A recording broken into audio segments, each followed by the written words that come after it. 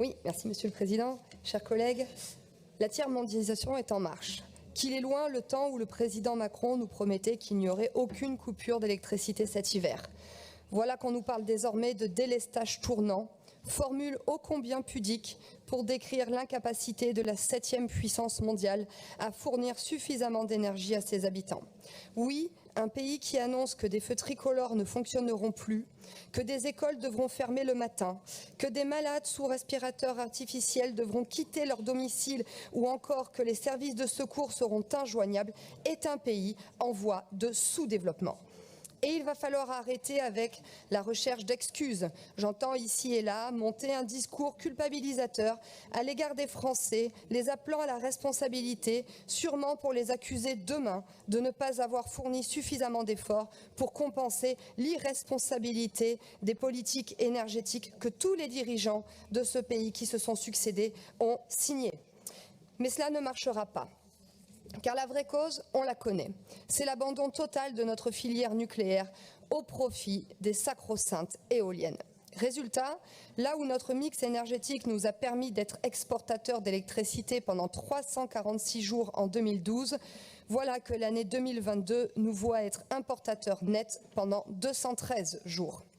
Et ces importations nous coûtent entre 80 et 120 millions d'euros chaque jour, l'équivalent d'un prix Airbus A320.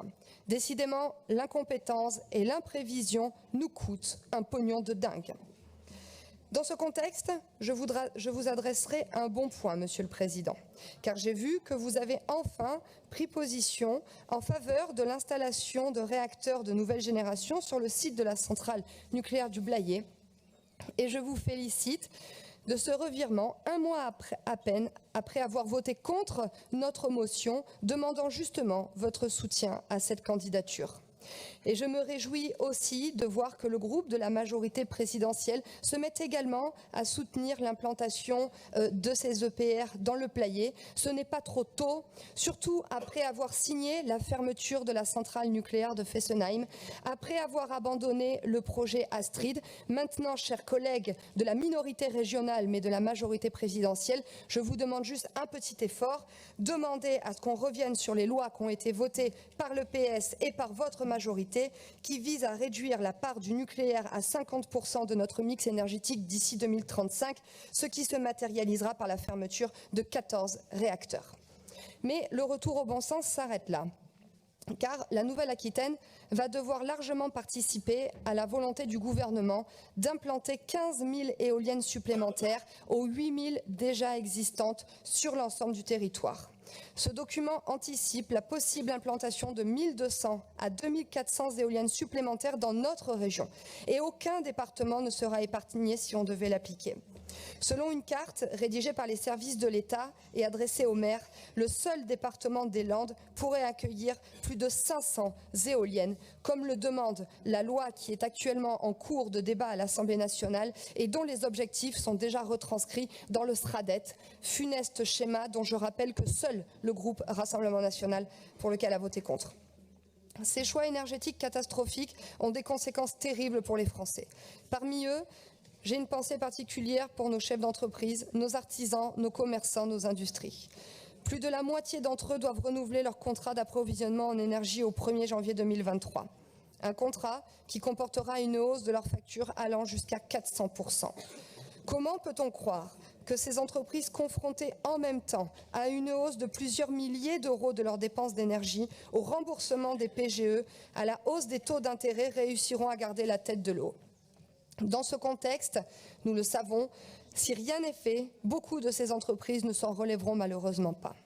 Parmi tous les professionnels en danger, il y a également la filière viticole et particulièrement le bordelais qui est en grande souffrance. Avec plusieurs élus du Rassemblement national, j'ai tenu à me rendre à leur manifestation organisée à Bordeaux le 5 décembre dernier pour apporter notre soutien à cette filière en énorme difficulté. Elle traverse sa plus grave crise de surproduction depuis celle du début des années 2000, avec près d'1 million d'hectolitres en trop par rapport à la demande. Résultat, une grande partie de ces professionnels travaillent à perte. Quel autre métier accepterait de travailler 70 heures par semaine pour toucher 600 € sur un tonneau de 900 litres qui lui en coûte 1200 ? Dans ce dossier, Votre immobilisme, tout comme celui du gouvernement et de votre chère Union européenne, est décevant. Les agriculteurs ne vous demandent qu'une seule chose, aider ceux qui n'arrivent plus à s'en sortir à quitter dignement ce métier qu'ils ont tant aimé. Pourquoi contraindre à continuer ceux qui n'en peuvent plus? Pourquoi refuser ce plan qu'ils réclament pour relancer une filière si représentative de l'âme de notre région?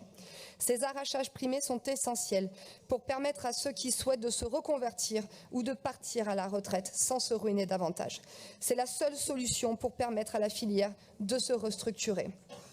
Mais croyez bien que le groupe d'études 20 de l'Assemblée nationale, présidé par un député du Rassemblement national, saura se saisir de toutes ces questions.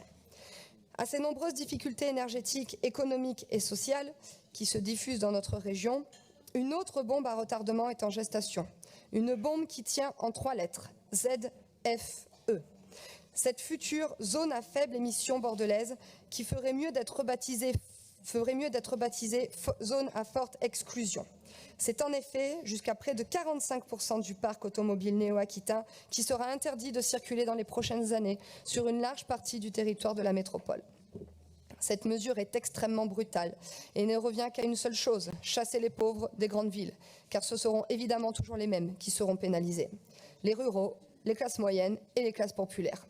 Aujourd'hui, 40% des ménages les plus modestes possèdent un véhicule de plus de 12 ans.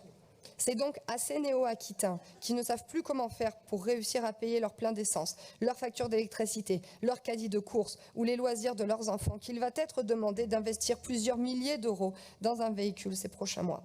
Concrètement, ce sont des ouvriers qui ne pourront plus se rendre au travail, des étudiants qui ne pourront plus aller à la faculté, des malades qui ne pourront plus aller à l'hôpital ou des chômeurs qui ne pourront plus se rendre à un entretien d'embauche ou à un rendez-vous Pôle emploi sous peine d'une amende de 68 € par déplacement.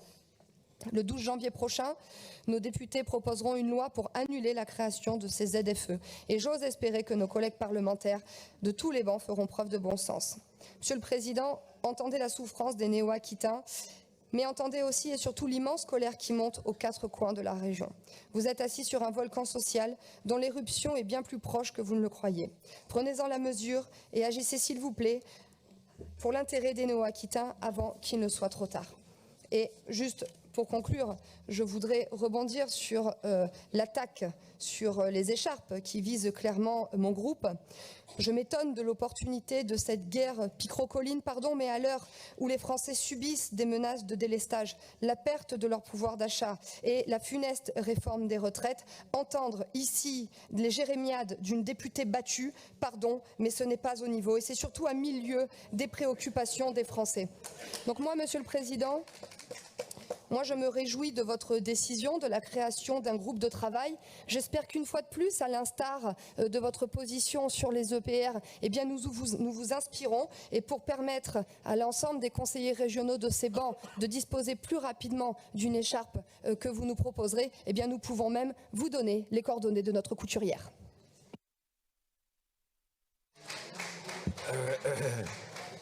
Je ne sais pas si